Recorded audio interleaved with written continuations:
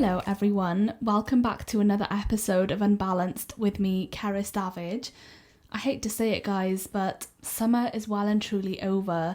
We've had such an amazing summer. The weather has been absolutely amazing. The sun's been out all through the summer, which I think it was overdue for the UK, definitely.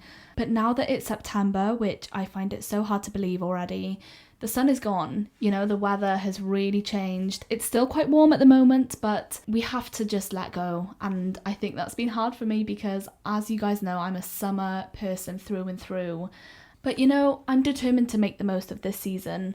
I know that the autumn and the winter can be really difficult for a lot of people, including myself, with different disabilities. And I'm just going to try and embrace it and make the most of it. As much as I'm going to miss summer so much and miss the warm weather and be able to just go out without having to wrap up warm and worry about seizing up from the cold, I'm going to try and make the most of it, and I'm going to take you guys along with me, obviously. It'd be rude not to, really, wouldn't it? So yeah, we're just going to have to brace ourselves and just take it easy this new season. It's the last quarter of the year, which is, again, crazy to say. But we're going to get through it together, okay? We're going to be fine, I promise. For those of you not watching the video, I want to just kind of describe what I'm wearing because this is a very special outfit that I put together with the help of my mum and my sister Becca. They went shopping in London and they got me this adorable top for my birthday, and they noticed it in Camden Market and they realised that it's the colours of Unbalanced. So it's a beige top with some patterns on it, brown squares and then green and pink flowers, which are the colours of Unbalanced, and I'm wearing black trousers to make up for the whole brand of Unbalanced. So you could not get more unbalanced than this current outfit today, so I just thought I'd show that one off. It's very similar to a top I have that have deeper pinks and greens that you will see in an upcoming episode actually, but I'm just absolutely obsessed with this top and I needed to give my family a shout out for seeing this in the market and being like, that is Unbalanced. And that's the inspiration you guys should take, you know, if you're stuck for a colour scheme. Just Unbalanced colours are the way to go. And I have noticed that most of my outfits that I wear fit into the colour scheme of Unbalanced, very unintentionally, but maybe kind of consciously making that effort, you know, to just represent Unbalanced everywhere I go.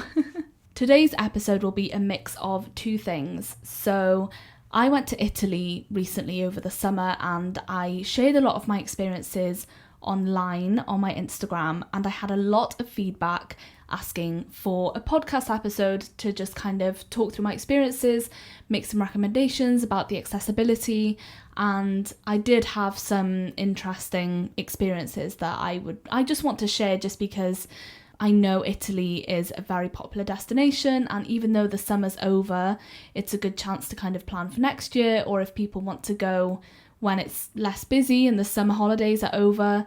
I just thought I'd share whilst the experience is fresh in my mind. But I've also realised that since I started this podcast, and in my first episode I explained a lot of my symptoms and how I'm affected by LGMD, I haven't really done an update of that. And it's been over 2 years since I started my podcast, and 2 years can mean a lot of change in one's progression with LGMD. So I thought I would finish the episode by talking about just the little ways that I've felt more of an effect by LGMD. And the whole point of this podcast is to keep things real and authentic, and that includes sharing my journey. You know, this is, like I've said before, a vocal diary in a way, and I think this is a good time to just kind of reflect on how I've been and the changes that I'm noticing, and maybe I know a lot of you guys will be able to relate to that as well. So if you are going through the same thing as me, you're not alone, and it's just a part of life with LGMD, isn't it, to just always adapt to these changes. To begin, I want to thank you all for the lovely birthday messages that I received a month ago now, and I had a truly lovely time. I celebrated with friends, I celebrated with my boyfriend, whose birthday was actually recently as well. Our birthdays are very close together. It was really lovely. But then literally the day after my birthday, I went away to Italy. So my birthday was short-lived at home and I was whisked away straight away to Milan with my family. So I took my own wheelchair to Italy, which I've done quite a few times now with different trips and holidays. So I'm kind of used to the system with the wheelchair now. So I flew with British Airways and I did fly with them as well when I went to Florida in July. And their system is really good online. Before you check in, you can kind of log into your booking and add assistance. And that's something, you know, we all do with disabilities, always forward planning things, but it's just a good way to kind of reduce the stress when you actually arrive. So you can choose from different levels of assistance. You can choose assistance right to the aircraft, right to your seat in the aircraft, or just assistance through the airport. And I always choose the option assistance to the aircraft, because sometimes when you turn up at the gate and then you need to go to the aircraft, it's still a bit of walking to the actual plane. So you can choose the option to keep your own wheelchair right up to the aircraft, and then the staff, as soon as you board the plane, the staff take the wheelchair away from you and put it straight in the hold of the aeroplane. So that's great, because sometimes using the airport wheelchair doesn't always work out for a lot of people, and it's just nice to have the comfort of my own wheelchair there. So yeah, I got whizzed through security and passport control and everything like that in my wheelchair. You really do get princess treatment when you're in an airport in a wheelchair. They really do prioritise you, and I'm lucky to say I've never had a bad experience with taking a wheelchair. So I took my own wheelchair with me, and then when you land on the other side, wherever you go, they tend to meet you at the door of the aircraft with your wheelchair. You may need to wait until everyone else has left the plane, but that's fine by me. I'm okay to just wait a little bit. And then they meet you on the other side with your wheelchair. If not your own wheelchair, they will bring a wheelchair from the airport. So in Milan, they met me and my sisters with 3 wheelchairs that were from the airport and drove us all the way to the kind of wheelchair / buggy drop-off point in the airport. So we just had to wait there then for our own wheelchair. We only took my wheelchair between the 3 of us. It was kind of meant for us to share, but obviously I'm the most progressed, so I did use it most of the time. And I think looking back at our holiday, maybe we would have benefited from having 2 wheelchairs just for Caddy and Becca to share one as well. But to be honest, we had so many suitcases, and because we don't yet have an electric wheelchair, that meant both my parents pushing. So it just wouldn't have been ideal, I guess. I think once we do have electric wheelchairs at some point, it'll be a lot easier. But yeah, anyway, so that was our nice little airport experience. So no complaints there. I think we took a taxi from the airport. No, we took a bus from the airport to the centre of Milan. So that was about an hour. There weren't any lifts into the bus, but, you know, I managed, and I think I'm really, really grateful for my parents and my dad especially. You will hear more about what my dad did to make sure that I could survive on this holiday, but it did include a lot of pushing me upstairs when it came to using coaches or trams in Milan. The trams aren't accessible. They're very old-fashioned trams, and there are very steep steps to get onto the trams. So with a wheelchair, you know, you can imagine everyone trying to haul the wheelchair on and then haul me on by shoving me, basically just like grabbing my hips and shoving me up to help me.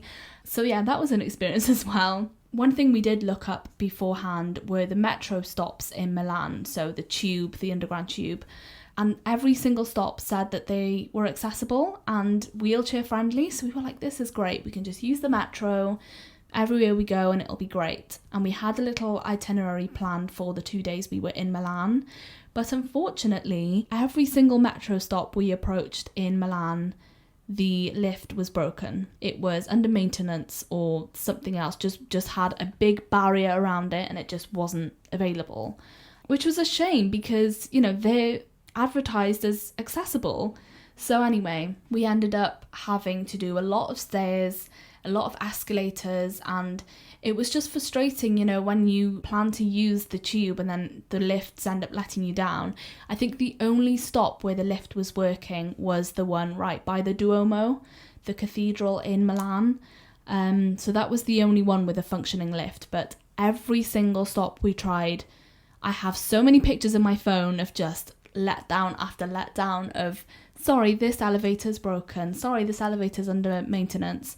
That's kind of the main way you get around Milan, unless you want to walk for ages, which I didn't want to make my sisters do. That's just kind of the only way, or unless you want to fork out for an Uber from A to B to C to D. You know, Milan is a kind of place where you want to get around, you want to travel, you want to see a few places around the city. And it's not a huge city, but yeah, it's just not very accessible. And even when we were walking around, we had things like drop curbs were really, really steep, or there was still like a slight bump in the drop curb, which meant that my dad would have to tip me back on the wheelchair to the anti-tippers in the back and kind of shove me up onto the pavement.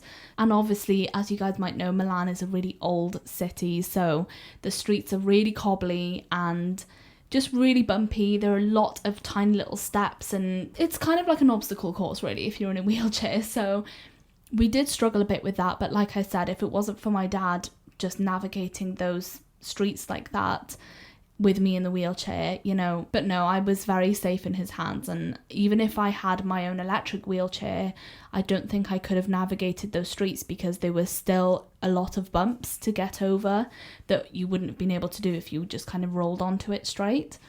I don't know if that makes sense. I'm explaining this the best I can. I did have to sacrifice a lot of energy to do some stairs at some metro stations, but my dad again stepped in and carried me up these steps at the metro stations in Milan. Fair play to him. Honestly, I could not have survived without him. He was just an absolute trooper just throughout that whole trip.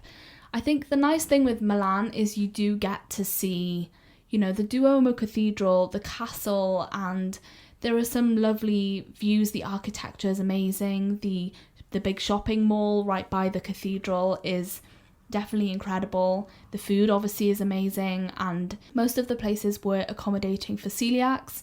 We did have to kind of look around different restaurants first before finding one that was definitely gluten-free, but it wasn't a huge struggle. You know, I've definitely struggled in places like Nice a lot more.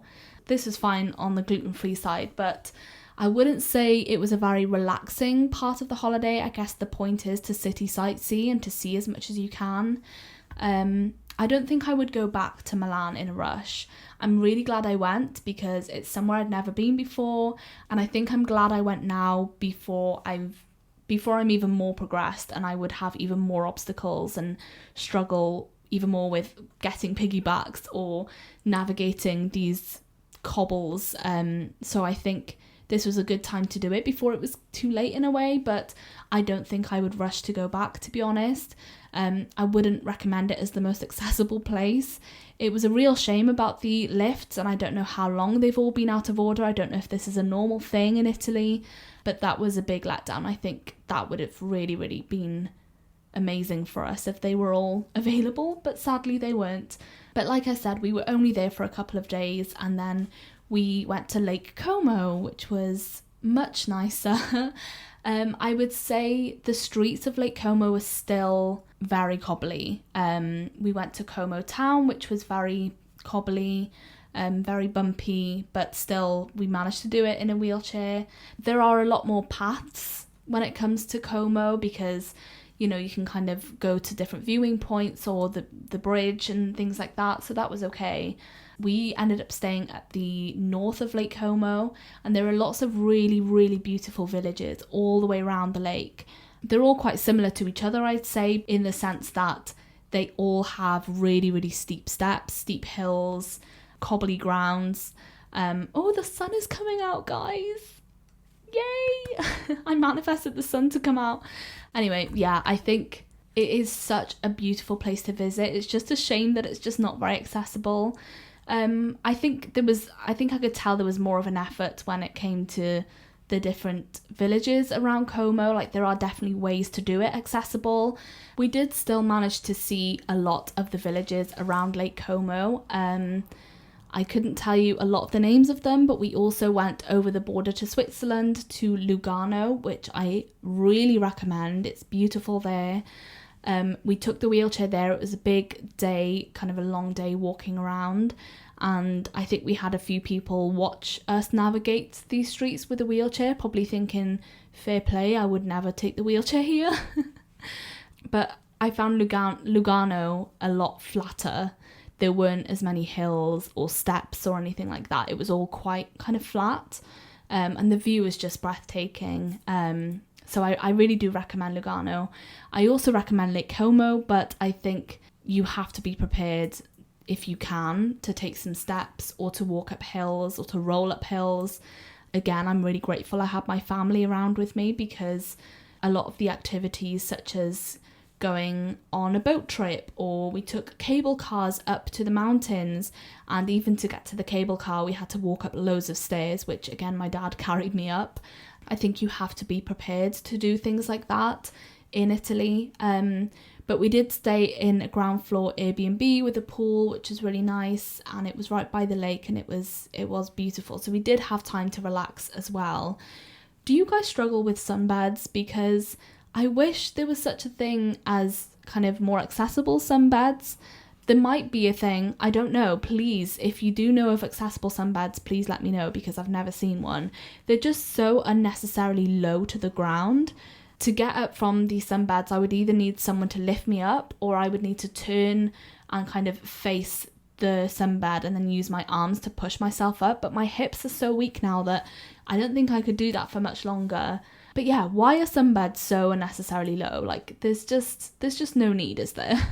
So we stayed in Como then for the rest of the week, and I absolutely loved it. It was really, really nice. I think we did a good balance of one day we would go out and visit different villages, and then the next day we would just have a chill day at the pool.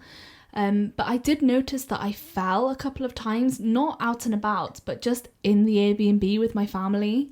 I fell twice in this Airbnb, and I think they shook me more than my usual falls, just because I wasn't walking. And so the first time I fell, I was just stood, and I don't think I was leaning on anything. I was just kind of stood by myself in the middle of the kitchen, and then I just kind of lost my balance and fell. And this was the first time I could tell that I was going to fall before I actually fell. Because usually when I fall, I'm walking, my knee buckles in, and I'm on the ground before I know it. But this time I was losing my balance from just standing up so slowly, and I knew that I had nothing around me to lean on to stop me from falling. And I could feel my imbalance. It was kind of in slow-mo, and I literally said, before I fell, I said, guys, I'm gonna fall. And then I just fell flat on my face. Not on my face. My face is absolutely fine. It was just my hands and knees. My knees were very, very bruised after that because the floors were hard. But I think that one knocked me a bit, and I did get really upset after that, because one, I'd never fallen from just standing up. Usually it's when I'm walking. The second thing was that I could tell that I was going to fall before I actually did. So that was a new one for me, and I don't know, I feel like that just marked a new kind of progression in a way, because it's just not something I'm used to. For example, this pain that I've had in my right leg, I'm kind of used to it now. So if the pain happens, I'm just like, oh, okay, never mind, I take this as my sign to rest or whatever. But if the pain happens in my left leg, which never happens, if that were to appear on my left leg, I would panic, because I've never had that before. So I think when a new progression happens and you're not used to it, it can be really, really scary, and it can kind of just be a reminder of this ticking clock that you are going to lose mobility, and you might be running out of time before you lose another part of your mobility. So I think that really knocked me that evening when I fell, because it was just different from the other times. I think it was overdue though, because every time I go a while without falling, I always think to myself, like, wow, I really haven't fallen for a long time.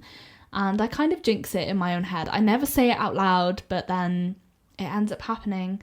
And I had fallen not long before then. I think it was like a couple of weeks before while I was walking. So I don't know if it's because I was with my family and I was feeling more kind of comfortable with them so much that I just felt weaker in a way. I don't know if you guys agree. But I think when you do hang out with the people that you're most comfortable with, you tend to kind of be a bit more careless. You kind of tend to show less care towards yourself because you don't need to look after yourself as much because you've got these people around you.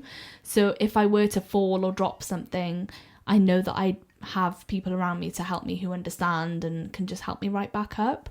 So when I fell that one time, I just kind of needed to sit on the floor for a bit. I was like, you know what, I'm down now. I'm just going to wait and wallow in this pain for a second. But anyway, literally the next morning, I reached over to grab something that was kind of the same level as my knees, maybe, or maybe a bit higher. So I just reached over, which is something I knew I'd be able to do because I've done it before.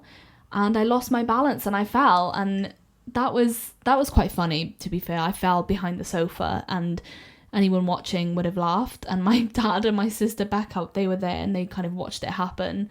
But it was the same kind of feeling, like kind of in slow-mo, like, oh, down I go. So that was again due to imbalance. And I would say that my balance is quite good overall. You know, my physio has said that my balance is quite good now. But, you know, it's been a long summer. I haven't had physio for a while. Maybe it's that. I don't know. And maybe it is the lack of routine. I do find that going on holiday really just throws me out of my routine. My body's quite confused. And I think when I came back from Italy, I was really ready to get back in just my normal routine of going to work, going to the gym, knowing when I can rest and exercise. Whereas with the holiday, it's kind of like a mix and you don't really know what's going on. So maybe it was that. Anyway, I did feel a bit down about those falls. So I shared it on my Instagram story because I just wanted to keep it real, but also I was wondering if anyone else had these weird falls where you just stand still and then suddenly you lose your balance and fall. And I had so many people replying to my story saying, yeah, I feel exactly the same. I've had that exact same feeling. I've had the exact same kind of fall.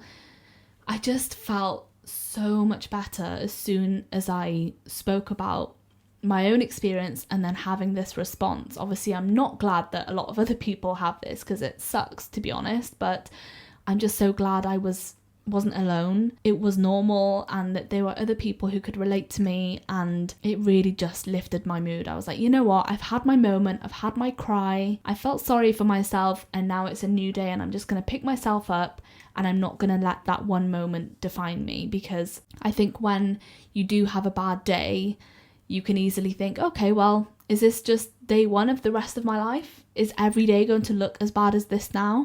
And I think you can get carried away when you do have a bad day or a fall, thinking, okay, well, this is it now. Like, I'm just going to constantly be like this. But I haven't had any falls since then, touch wood, we'll see. But I think it's just making me more aware of just ways I can maybe help myself. So I'm thinking of maybe getting a cane or a walking stick or something, not just for balance and to just kind of have something to hold on to, but I feel like it would be a really good visual aid because I'm really struggling with being out in public and no one knowing that I have a disability and that I'm very easily compromised when it comes to my balance. So I'm thinking of getting one. So I'm going to speak to my physio, I'm going to see what the best options are, and I'm going to keep you updated because I know a few other people with LGMD with canes and they just say that it's really, really helping them. So I'm just thinking, why not, you know? As you can probably see, and as you have been able to tell from my video episodes, I wear a lot of pink. My brand new Stanley Cup right here is pink that I was gifted by my best friend for my birthday. My Apple Watch is pink, my bottle is pink, my coffee flask is pink, everything is pink. So if you couldn't tell, it's my favourite colour, and I might just get a pink cane to match that because that'll be so fun. So anyway, I'll keep you updated when it comes to that. Maybe I'll vlog it, who knows. Anyway, sorry, got a bit sidetracked there, but yeah, those things happened while I was in Italy, and it's just kind of made me be a bit more cautious about how I go about life, I guess, from now on. When I came home, I travelled home by myself because the rest of my family stayed out in Italy for a few more days, but I had to come back to work. Good old annual leave. That meant I had to leave my wheelchair with my family because I had a suitcase and I couldn't have pushed a wheelchair as well. But also my sisters would have probably needed the wheelchair as well. So I travelled back by myself, and as soon as I arrived at Milan airport, my dad, bless him, drove me an hour and a half at least to get to the airport and back, just to drop me off, bless him. What a trooper. So as soon as I arrived at the airport, I made myself known to the British Airways staff that I needed some extra help, some special assistance, because on my booking it probably said that I had brought my own wheelchair, so I wanted to let them know that I didn't have it on the way back. And she was like, yeah, no worries, just wait right here and someone will come to you with a wheelchair. And lo and behold, 5 minutes later, someone turned up with a wheelchair and wheeled me not only through security and passport and everything like that, but through duty free, through the departure lounge, and all the way to my gate, where there was like a special little assistance kind of waiting area. So I had an hour to wait before the gate opened, and he dropped me right there. Literally, it would have been so much walking. I'm so glad I made myself known to these people, because I don't think I would have been able to walk all the way to the gate. The airport is bigger than I thought it would be. So I was just chilling then by myself in this little accessible nook. There was no one around. It was so far removed from the centre of the airport, it felt like anyway. It was honestly like a different world. And I was just kind of chilling there for an hour. And then as soon as the gate opened, someone came to get me and wheeled me from the gate right up to the aircraft. And it was very pleasant. And you know what, I was really nervous about flying back by myself, but it was all good in the end. So I think the main lesson here is to just make yourself known, advocate for yourself. It's so important. If I hadn't made myself known to the staff that I needed like an accessible way to get to the gate, I would have really struggled by myself. And like, why put yourself through that when you can just accept a wheelchair, accept the help, and that's what they're there for. And it just really made my day, and I saved so much energy. Okay, now we'll move on to my health update, I guess. Since I've come back, I have had a lot of time to reflect on just how my condition really has affected me over the past couple of years. And I realised that I'm struggling with a lot more things as of very recently. So I thought this would be a good time to just kind of update on that front. Like I said, with the falls, obviously those falls were very new, and I'm just going to kind of keep an eye on them, but just be aware that I can fall just from standing up now, and that is a possibility for it to happen again, and not just while I'm walking, which again can still happen. I still catch myself a lot, so if I'm walking, sometimes my knees would buckle straight unexpectedly, and I could just kind of have that whoa moment of, am I gonna fall, and then just kind of catch myself. I have a lot of whew, that was close moments when I walk, so that can be a bit frustrating as well. Wow, the sun really has come out. It's still raining though. I'm really confused. It's been a really weird day today weather-wise. It's been quite confusing. It was pouring it down this morning, but now the sun's really come out. Wow, guys, maybe summer isn't over after all. The sun is like illuminating me. You like can't even see me anymore. I'm just like a bright light. Anyway, I've also noticed that I just can't get up from the floor now. I only had one way to get up from the floor as of the past few years, and that was to get on all fours and then slowly kind of go into the downward dog position. So raise my knees off the floor and raise my hips all the way up to downward dog, so that my hands on my feet are still on the floor and then my hips are in the air. And then I would just kind of slowly use my arms to climb up myself to standing. But I really can't do that anymore. I've noticed that if I'm trying to get into the downward dog position, not only are my hips too weak to even try and lift from the floor, but also my feet slip.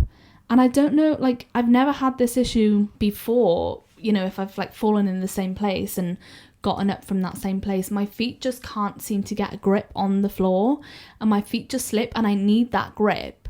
It's almost as if I need to like put my feet against something like a wall to stop them from slipping away, because I need that stability to just help me get up. I think there was one time where I fell, or I was just on the floor by myself, and I struggled for so long to get back up. It was something I don't think I'll do again. I've completely avoided mat workouts now, so workouts on like a yoga mat on the floor, just because I can't get back up. Like, it's not worth it. I think that time when I was on the floor by myself in this very flat, I think it was right here in this spot where I'm sat, I was on all fours crawling around trying to find somewhere to get up, and I can lean on something, like leaning on the sofa might be somewhat helpful, but it's just lifting my hips up. That's the real issue, and honestly I can feel the ache in my hips just talking about it. So that's something I'm trying to avoid altogether now, is to just be on the floor, because most times I just need someone to lift me up from the floor. And to be honest, that's quite a common symptom with LGMD. It's not extremely alarming. The only worrying thing is that if I'm by myself again, I would take a very long time to try and get up, if at all. Or I might have to, I dread the day where I'd be stranded on the floor and have to wait until someone gets home to come and lift me up. So yeah, that's not ideal. On that topic of my feet slipping on the floor, I've noticed that when I try and get up from a seated position, say I'm like sat on a toilet and the bathroom floor is not grippy at all, or if I'm wearing socks or something, my feet would slip. If I'm trying to get up using my arms, I need my feet to be firmly planted on the floor. Otherwise, I'll just slip, and my hips aren't strong enough to like actually get up from that seated position. There was one time where I was stuck on the toilet, obviously not in my own home because I have a frame where I can lean on to help me up. But my feet were so slippy on the floor because it was just my feet against the floor. They just kept slipping, and I needed that grip, and I was so desperate to get up. There was nowhere around me to lean on with my arms. So in these moments, you have to get creative. So what I did was I licked my hands and rubbed them at the bottom of my feet to give them a grip. And that then stopped my feet from slipping on the floor, and that is how I got up. I managed to put my hands on the toilet seat. My feet were plantly gripped onto the floor now because I'd essentially licked the bottom of my feet through my hands. And that's how I got up. So, you do have to be creative in that way. But it's made me feel the need to use a shiwi a lot more, which is, I have explained this before on the podcast on another episode, where it's basically to help people who can't pee standing up to be able to pee standing up. And people use it for camping and festivals, and I've used it quite a few times, especially if I'm going somewhere where I don't know what the bathroom situation is like, and the last thing I want is to be stuck on a toilet cubicle by myself. That has proved very handy as well. But it just kind of feels weird to use it indoors in like someone's house or something, because it's supposed to be for like public restrooms, but I guess you can use them anywhere. So yeah, that's another thing. I think my hips are so weak, and my arms are getting quite weak as well, to kind of push me up, that I need my feet to be firmly planted on the ground to kind of lock myself into that position. Otherwise, there's no getting up, basically. I have found that just getting up from seats in general is a lot more difficult. I really need to lean onto something to kind of push myself up with my arms. So if I'm sat at a table in a restaurant, I love having those chairs with armrests. I don't know why most restaurants don't have that, because they're just so much better. But usually I would need to extend my leg all the way out and slowly shift my weight onto that, using my arms on the table to push me up. And I'd need to shift my weight onto my hind leg that's just stuck all the way out, kind of locked in an extended position, if you will. Or, for example, to get out of this current seat, this seat is quite low, so I would need to turn with my back to what you guys are, the camera, and face the chair, and to just really slowly use my arms to push me up. Kind of like doing a press up in a way, which just isn't great for your arms, but it's kind of the only way I get up. But I've just had to be more open with letting people raise me and asking people to just lift me up, because I just can't do it. Not that long ago, I was in a nightclub for a friend's birthday, and I tripped over someone's foot and fell flat on my face. And I wasn't drunk, okay? Before people say that, because that's what people tend to say. If you fall over, oh, that person's so drunk. I wasn't. And I think that's a whole other topic, actually. Maybe I'll do a podcast episode on drinking and clubbing with a disability, because there's a lot to digest it. Anyway, so I tripped over, and obviously I can't get myself up from that position, so people immediately came to try and help me up, and I just had to be like, you just have to put your arms under my armpits and just lift me all the way up. And they would lift me about halfway, thinking that I could use my legs to straighten and get up, but I just can't, obviously. So I'd have to be like, yep, keep going, up. And then they eventually got me up to standing. So it can be a bit embarrassing and a bit humiliating, and it's a very vulnerable position to be in, but that's the only way I can get up now. So I just have to kind of accept that and just be open to asking for help. And people do like helping others, you know. If I've fallen a few times in different clubs and stuff, and people are always willing to help you, because I guess people fall a lot more in clubs anyway, even if they're not disabled. So it's okay to ask for help, you know, it's really fine. I've noticed a lot of progression in my arms as well. So when it comes to doing my hair or even doing my makeup, there's obviously a lot of, I don't know, exercise. There's like back and forth motions with your arms and your wrists, you know, applying makeup on. That can be a bit of a struggle, especially on a weaker day. My arms can really be exhausted from doing that. So I've learnt to kind of maybe lean my elbows on my dresser to tie my hair or to do my makeup, or to just take breaks and not beat myself up, because the last thing you want is to just get frustrated at yourself for not being able to do your hair right just because your arms are so weak. Like, I hate tying my hair up and trying to make it like a perfect ponytail where my arms just can't keep up with it. So I need to kind of learn to give myself some grace where that's concerned, because yeah, that can be quite tough as well. I guess with these progressions happening and these kind of new symptoms, it just really hits you when you're used to doing an activity or something a certain way, and you have to change that because your body just can't keep up with it anymore. Like the way I get up from chairs, or the way I used to get up from the floor, and I just can't do that anymore. Or the way I do my hair and my makeup or get dressed, you constantly have to adapt. And I think when you have to change that adaptation to doing it differently because your body can't keep up with it anymore, I think it's those moments that you really feel a difference, that you really feel like, oh, my body's changing, and this is just kind of an extra step towards the deterioration of the condition.